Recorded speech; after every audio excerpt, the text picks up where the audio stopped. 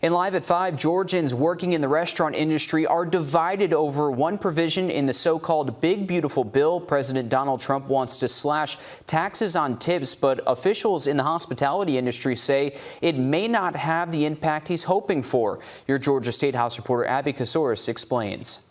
1 in 10 Georgians work in the food service or hospitality industry. In the Senate's version of the No Tax on Tips bill, it would create a federal income tax deduction of up to $25,000 for workers. Some experts warn the bill before Congress will only benefit high earners and complicate tax enforcement, all while punching a billion-dollar hole in federal tax revenue.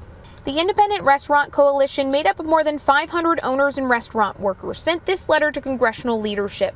They argue the proposal is unfair and, quote, will do more harm than good to the industry. More than a dozen Georgia restaurant owners signed on. Let's do something that's a long-lasting solution as opposed to just a campaign slogan. Rosa Thurner owns El Ponce and several other restaurants in Atlanta. She would like to see the no tax on tips provision applied to the service charge model, which divvies up a server's tips to all workers. Federal law states that only workers in customer-facing roles can receive the tips, favoring front-of-house workers like servers, but not the support staff like dishwashers and cooks. No tax on tips sounds like a really great idea, but a lot of things sound great until you implement policy. Tax expert Jonathan Levins with Moore Colson says whether or not this will help workers is a mixed bag. According to researchers at the Brookings Institute, 37% of tipped workers earn so little that they pay no federal income tax. The policy favors higher paid workers. It really just comes down to their overall income level. Workers in tip jobs across Georgia excited about the proposal. Tips are one way to get them to a livable, stable wage.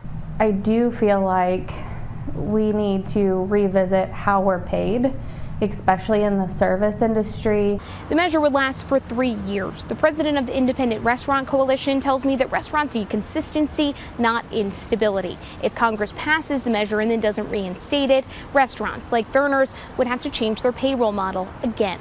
In Atlanta, I'm Abby Casores.